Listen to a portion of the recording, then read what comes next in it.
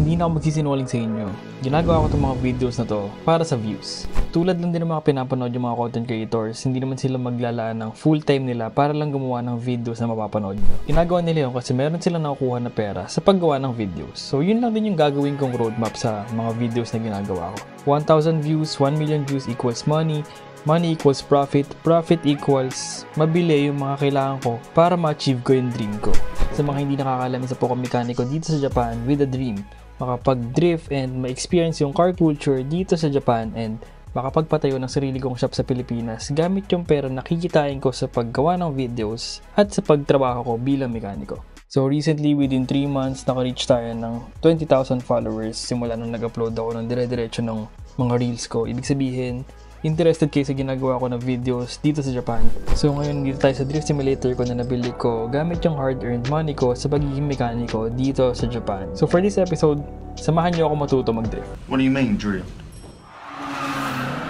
So ngayon papakita ko sa inyo yung progress ko after 2 months of practicing dito sa Assetto Corsa.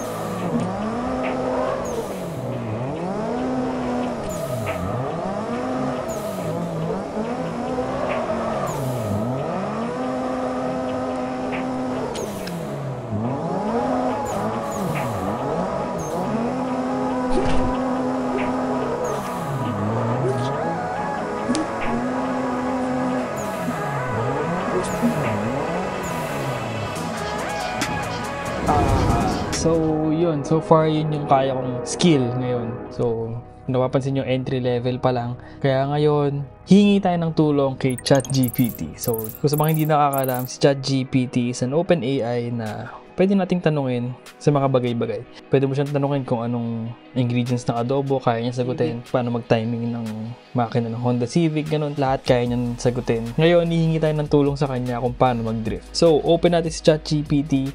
Tanungin natin kung paano mag-drift. So, how to drift in Assetto Corsa realistically using my Nissan Silvia Mona Lisa. We're going for the Tokyo Drift style. If you're drifting the Nissan Silvia Mona Lisa Assetto Corsa, your car must be set up. Bale, itong sasakyan na to, na-set up ko na siya. Bale, meron na akong preset na nilagay sa kanya. Komportable na ako kung paano siya i-drift. Ang gagawin ko na lang ngayon is kung paano pa mas smoothen out yung pagdidrift ko. So sabi dito meron tayong 3 drift techniques. Meron tayong clutch kick, handbrake or e-brake, and feint motion. So bali yung 3 yun, alam ko na kung paano gawin yung 3 yun. Papakita ko na lang sa inyo sa separate video. Pero ngayon ang focus natin is kung paano ako magiging mas magaling pa mag-drift. So tinanong na natin siya kung paano mag-drift ngayon. Yung gagawin ko naman is mag-drift muna ako for ilang laps then. So after ilang laps, tignan natin kung ano yung mga magagawa ko mistake, and yung magagawa ko mistake, tatanungin natin siya kung paano natin i-fix. So sana nagets nyo. So game.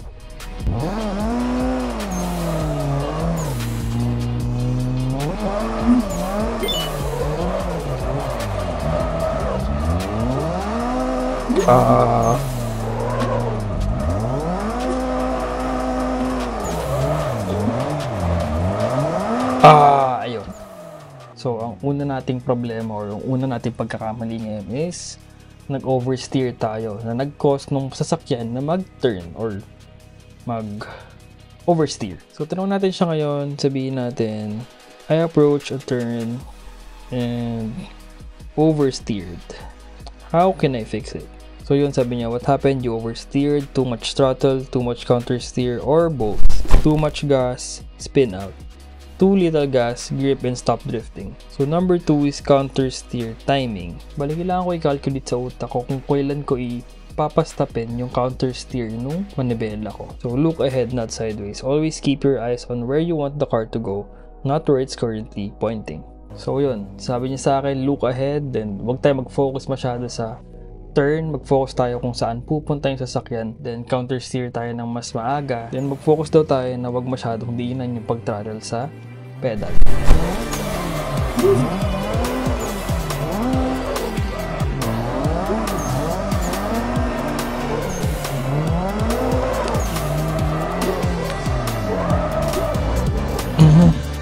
ditong first turn approach natin siya ng clutch kick.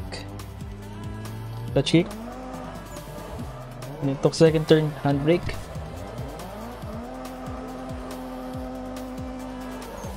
Feint motion. Yan. Problema talaga tayo dito sa turn na to. So, try lang natin diretso.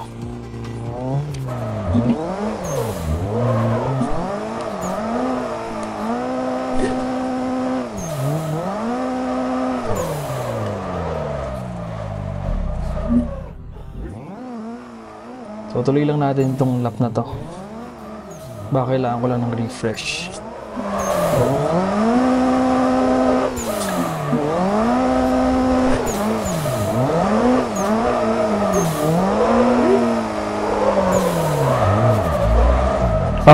Too late ako masyado sa counter steer. So, sa 2 months ko na nagka-practice dito sa Drift Playground, ang na-realize ko lang is experience talaga yung magpapagaling sa'yo. More playtime, more skills na makukuha mo kasi nare-realize mo na dapat next time ganito yung gagawin ko. Kailangan next time mas dahan-dahan pa ako sa gas. Next time dapat mas maaga ako mag-turn. Kasi pag di ako maaga nag-turn, ayan, ganyan nangyari, nag-oversteer. So, try lang ulit natin. Tapos kapag meron tayong na-encounter na problem, tanongin ulit natin si ChatGPT.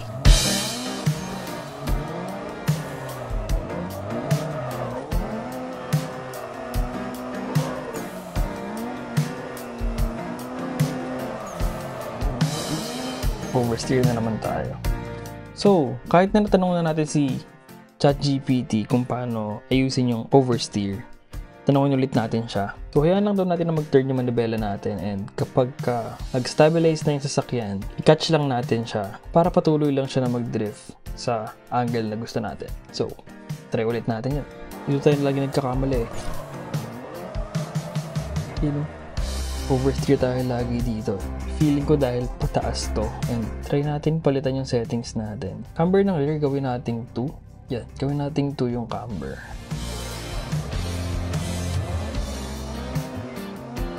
Yun. So,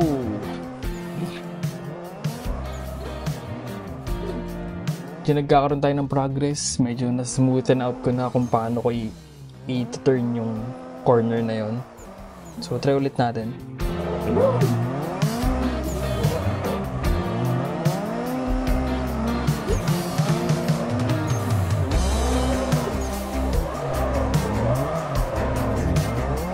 Yeah!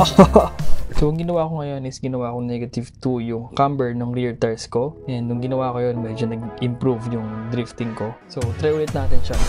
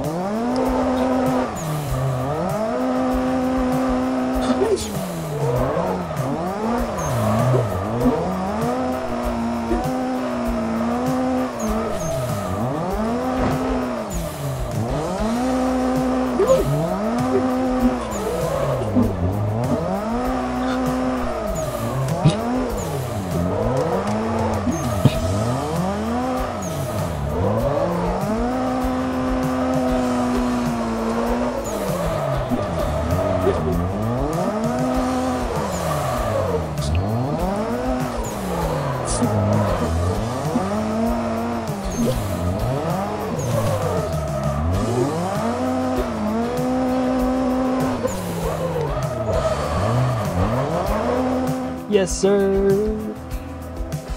First time kong clear itong buong map. Nagkaka-progress na tayo, guys. Nagkaka-progress na tayo. First time kong mabuo yung buong map. Ngayong araw na to. 12 o'clock sakto. First time kong mabuo yung galing dito sa corner na to hanggang dito sa kabilang side. First time kong mangyari sa akin yun.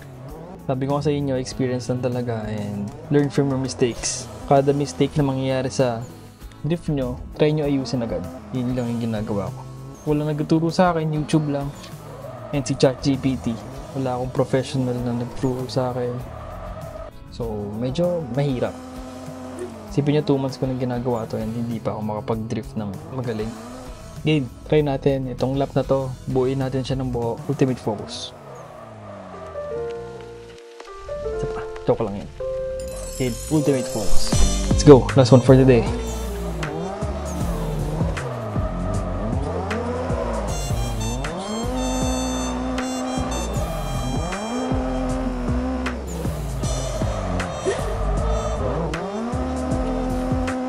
Okay lang. Ang mahalaga, tapos natin yung buong lap.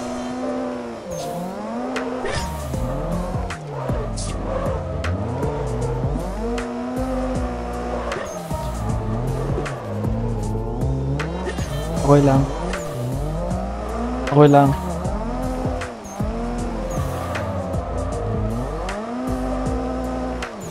Almost there.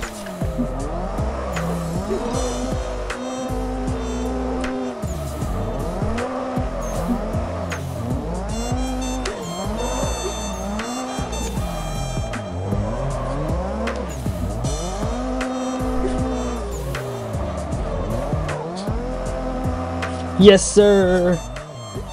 Park na natin. Uwi na. Park na natin. Uwi na. Sa last one natin, nagawa natin na matapos yung isang lap kahit na hindi ganun ganda. Naikot natin. Proud na ako sa sarili ko dahil doon. So, achieve natin yung kailangan natin for tonight. Nabuo natin yung isang lap. Thank you, Lord. Achievement na yon. So, achievement na sa akin for today yon. 1 level up na naman tayo sa journey natin on drifting dito sa simulator ko. So, sa mga hindi nakakaalam, ang nilalaro ko is Assetto Corsa. And yung map natin na ginamit ngayon is yung Drift Playground. Gamit tong S15 na Mona Lisa. Kahit na si simulator lang to kasi itong Assetto Corsa sobrang realistic niya and pwede mo ma-apply talaga sa real life yung matututunan mo dito. So yun lang muna for tonight. At least 1 level up tayo sa drift journey ko dito sa Assetto Corsa and sa drift simulator ko. So maraming salamat sa panonood. Si ChatGPT nakatulong sa atin na mabuo or ma-accomplish natin yung kailangan natin ma-accomplish tonight, which is mabuo yung buong lap. And nagawa natin siya kahit na hindi pa ganun kaganda. At least 1 level up na nga tayo. Bali, yun lang muna for tonight. Maraming salamat sa panonood. See you on my next one.